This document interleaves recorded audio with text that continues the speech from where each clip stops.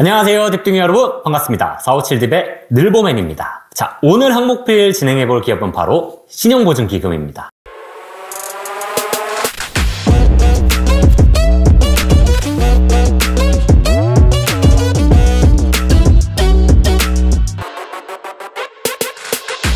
와우.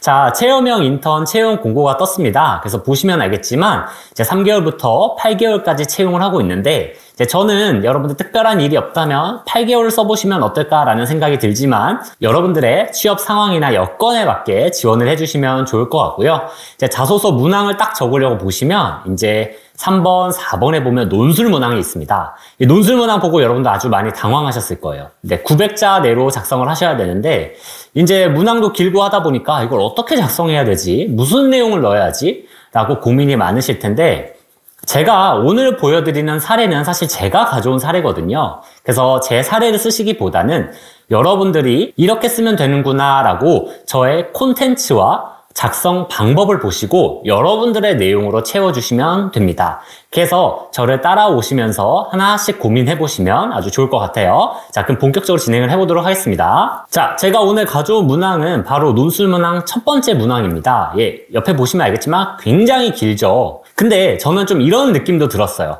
아, 이제 신용보증기금의 논술 문항들이 어느 정도 패턴화 되어 가고 있구나 라는 것들이 보여요. 그래서 그 패턴이 무엇인지 설명해 드릴 테니 여러분도 아, 이런 거 묻고 있구나 라는 걸 빨리 파악을 해 보시길 바랄게요. 자, 여기 옆에 보시면 제가 이제 문항 가져왔는데, 여러분들 노란색 글씨 아주 유념해서 봐주시면 좋을 것 같습니다. 자, 같이 볼까요? 신용보증기금은 중소기업을 우선 지원하면서 우리 경제의 수출과 혁신 성장을 뒷받침하고 금융시장 안정에 기여해왔다라고 합니다. 여기서 핵심 키워드 뭐예요? 중소기업을 우선 지원입니다. 네, 맞습니다. 신용보증기금이 하는 역할이 중소기업을 지원하는 역할이에요.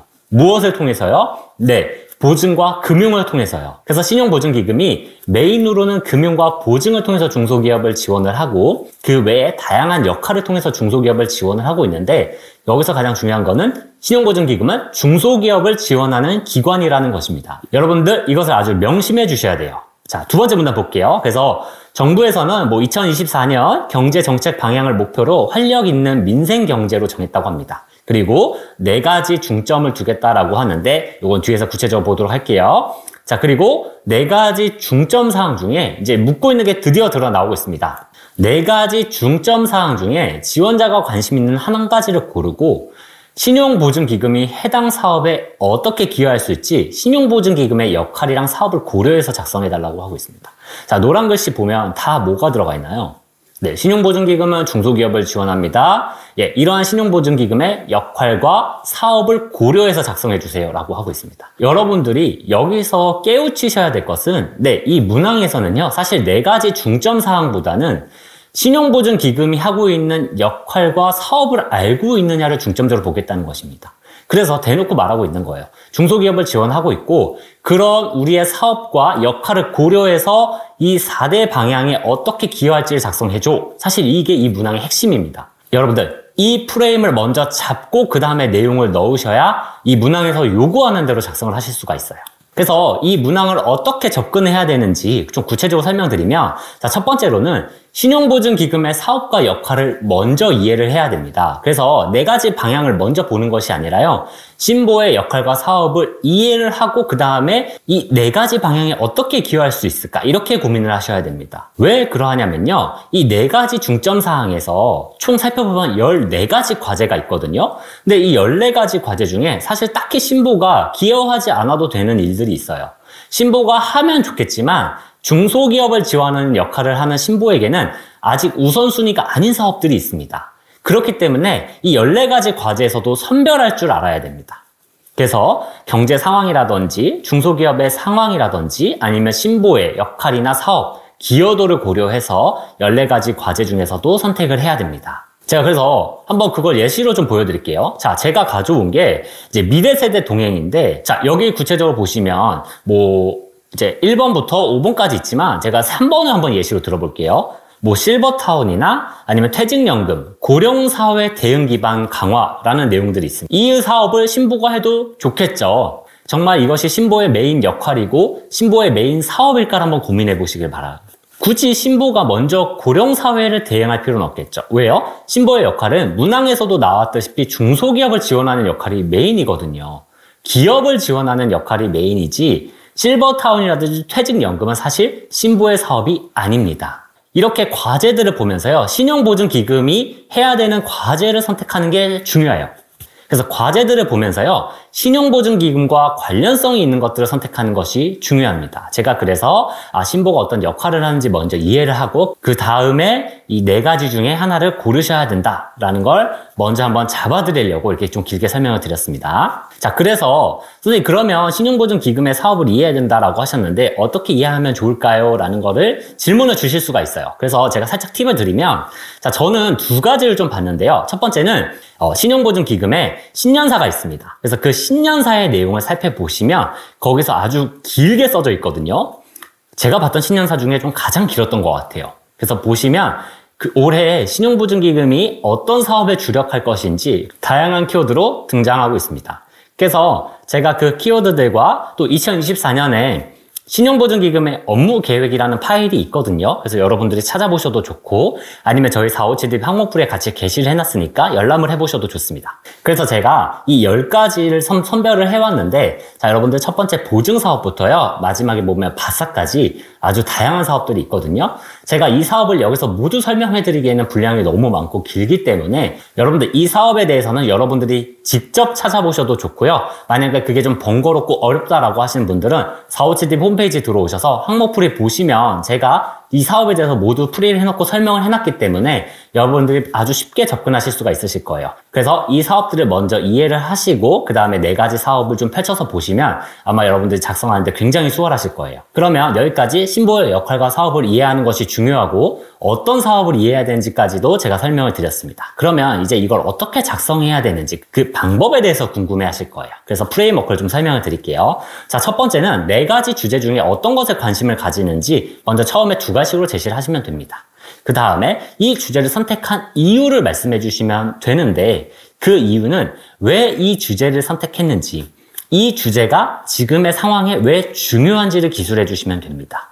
뭐 예를 들면 정부에서 현안 과제로 강력하게 추진하고 있다든지, 아니면 경제 측면에서 시급하다거나, 아니면 지금 경제의 골든타임 면에서 중요하다, 아니면 지금 경제에서 굉장히 큰 문제이기 때문에 신보가 빨리 나서야 된다, 아니면 중소기업이 지금 너무나 힘들기 때문에 빨리 지원해줘야 된다 등등, 이 주제의 심각성이나 이 주제를 선택한 상황적 배경을 아주 구체적으로 제시를 해주셔야 돼요.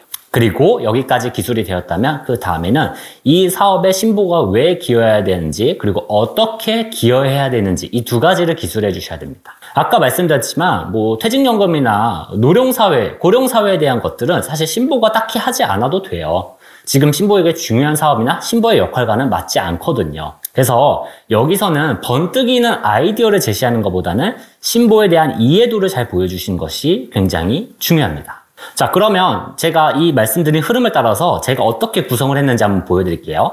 자, 저는 첫 번째로 민생 경제 회복을 선택을 했습니다. 제가 이 주제를 가져온 이유는 없습니다. 네, 사실 이유가 있고요. 어떤 이유냐면 전 여러분들이 좀 쉽게 접근하실 수 있는 주제로 한번 가져와 봤어요. 그래서 민생 경제 회복을 가져왔는데 그 안에 보시면 이제 소상공인과 취약계층 지원이 있습니다. 그랬을 때 여기서 취약계층 지원보다는 전 소상공인 지원으로 이야기를 해볼 거예요. 왜요? 신용보증기금이 중소기업과 소상공인들을 지원하는 것이 역할이기 때문이죠. 그래서 지금 소상공인들이 3대 부담을 느끼고 있대요. 그것이 무엇이냐라고 했을 때 지금 에너지 비용이 너무 증가를 했다는 것이죠. 뭐 경제적으로 지금 전쟁의 문제도 있고요. 또 어떤 환율이라든지 아니면 물가가 너무 오른다든지 이런 상황 때문에 지금 에너지 비용이 너무 급격하게 올라서 산업 현장에서 좀 힘들어하는 것들이 있고요. 두 번째, 이제 돈을 빌렸는데 이자가 너무 오르다 보니까 고금리에 대한 부담감, 그리고 세금에 대한 부담감, 이런 것들이 이제 소상공인들이 가장 크게 느끼는 3가지 부담이라고 합니다. 이거는 제가 말씀드리는 건 아니고요. 정부에서 경제 방향을 설정할 때 4가지 주제를 선택함에 있어서 그 중에 소상공인들의 3가지 가장 큰 부담을 정의를 해 놓았습니다. 그래서 저는 여기서 가장 눈에 띄는 게 고금리더라고요. 그래서 한번 내용을 찾아보니까 지금 보시면 알겠지만 중소기업이나 소상공인 금융권 대출 잔액이 1,400조를 넘었고요. 이 금액에 대한 평균 금리가 보통 5% 정도 된다고 합니다. 그래서 여러분들 지금 소상공인의 10명 중에 9명이 이자 부담을 굉장히 느끼고 있대요. 이런 것만 수치적으로 봐도 소상공인들이 지금 금리로 인해서 지금 굉장히 부담을 느끼고 경영 애로를 호소하고 있구나 라는 걸 알 수가 있습니다. 그러면 이런 소상공인은 신용보증기금이 지원하는 대상이고 그들이 고통을 겪는 거라면 신부가 당연히 기여해야 할 당위성이 있겠죠. 자, 두 번째로는 정부에서도 그래서 이런 소상공인들을 지원하기 위해서 소상공인 응원 3대 패키지를 지금 추진하고 있습니다. 그래서 에너지나 고금리, 세부담에 대해서 지원을 하고 있는데 고금리 쪽을 보시면 2.3조 원 규모의 이자 환급을 해주기도 하고요. 아니면 9조 원 규모의 저리 전환 대출을 해주고 있습니다. 이제 대환 대출이라는 것이 여러분들 이제 비싼 금리로 대출을 이용하고 있으면 이자가 너무 많이 나가기 때문에 상대적으로 좀 저렴한 대출 상품을 이용해서 그 돈을 빌려서 비싼 금리의 대출을 갚아버리고 저렴한 대출을 이용하게 하는 겁니다. 그래서 비싼 대출에서 싼 대출로 갈아탄다 라고 생각해 주시면 아주 이해가 빠르실 거예요. 그래서 이런 대환 대출을 통해서 지금 정부에서는 소상공인들 지원하고 있거든요. 그러면 정부에서 이렇게 지원을 하고 있는데 신보에서 해야 될 이유는 무엇일까요? 네, 바로 신용보증기금의 2024년도 업무 계획 자체가 8.4조 원 규모로 고금리 부담 완화를 위해서 적극적으로 보증을 공급할 계획이라고 합니다. 그래서 저희 항목부의 내용 보시면 알겠지만 대환 대출을 제공을 한다고 해요. 그래서 여러분들 이렇게 신용보증금이 지원해야 할 이유를 당연히 소상공인을 지원해야 된다라는 것도 있지만 아예 2024년도에 업무 계획에 반영이 되어 있기 때문에 이거를 적극적으로 추진을 하면 신용보증기금이 소상공인을 지원해야 할 이유가 되는 거죠. 그리고 기여할 방안을 말씀을 드리면 자격 요건을 좀 완화할 필요가 있습니다. 제가 이 저금리 대환대출 프로그램을 보니까 2025년 5월 31일까지의 취급 대출들에 대해서 지원을 해주더라고요. 근데 보니까 금리가 2023년에도 많이 올랐고 그때 대출을 받은 소상공인들도 많아요. 그러다 보니 실질적으로 정말 많은 소상공인들이 2023년에도 고금리 대출을 받았는데 이들의 혜택을 받지 못하는 일들이 발생하게 된 거죠. 그래서 이런 자격 요건을 조금 완화해달라고 기여할 방안을 기술해 볼 수도 있고요. 아니면 저금리 대환과 더불어서 제가 유튜브에서 이제 저금리 대환 대출 프로그램에 대해서 영상을 몇 개 찾아보다 보니까 이제 밑에 댓글에 소상공인 분들이 금리도 문제지만 만기도 문제다. 이런 내용들을 댓글을 많이 달아주셨더라고요. 그래서 이런 것들을 봤을 때는 저금리 대환뿐만 아니라 만기 연장도 같이 지원을 해주는 것도 좋겠다라는 생각이 들었고요. 그다음에 무엇보다 가장 중요한 건 제도 개선이나 홍보 확대죠. 그래서 이런 저금리 대환 프로그램이 있다면 이것들을 소상공인들이 많이 이용을 해야 되는데 사실 신용보증기금이 광고를 하는 기관도 아니고 그리고 또 소상공인들이 신용보증기금을 매일매일 살펴보거나 들어가서 새 소식을 접하는 것은 아니잖아요. 그러다 보니 이런 프로그램이 있어도 홍보가 되지 않는다면 이용하지 못할 수도 있습니다. 그래서 좋은 프로그램이 있다면 널리 알려서 이걸 많은 소상공인들이 이용할 수 있도록 도와주는 것 또한 역할이겠죠. 그래서 이런 제도들을 조금씩 개선한다거나 아니면 홍보 확대를 통해서 소상공인들이 이 저금리 대환 프로그램을 이용할 수 있도록 지원할 수 있습니다.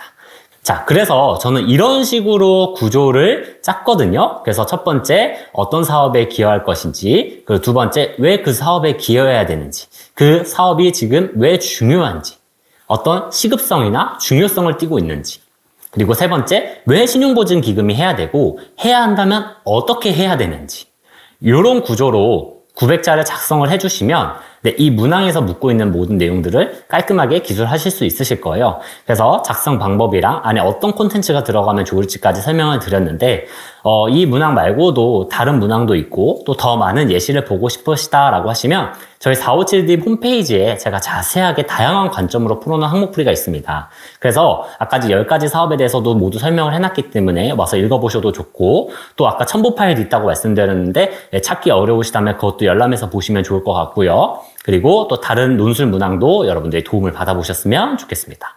그래서 저는 다음 항목풀이로 찾아뵙도록 하겠고요. 여러분들 좋은 결과 있으시길 바랍니다. 안녕!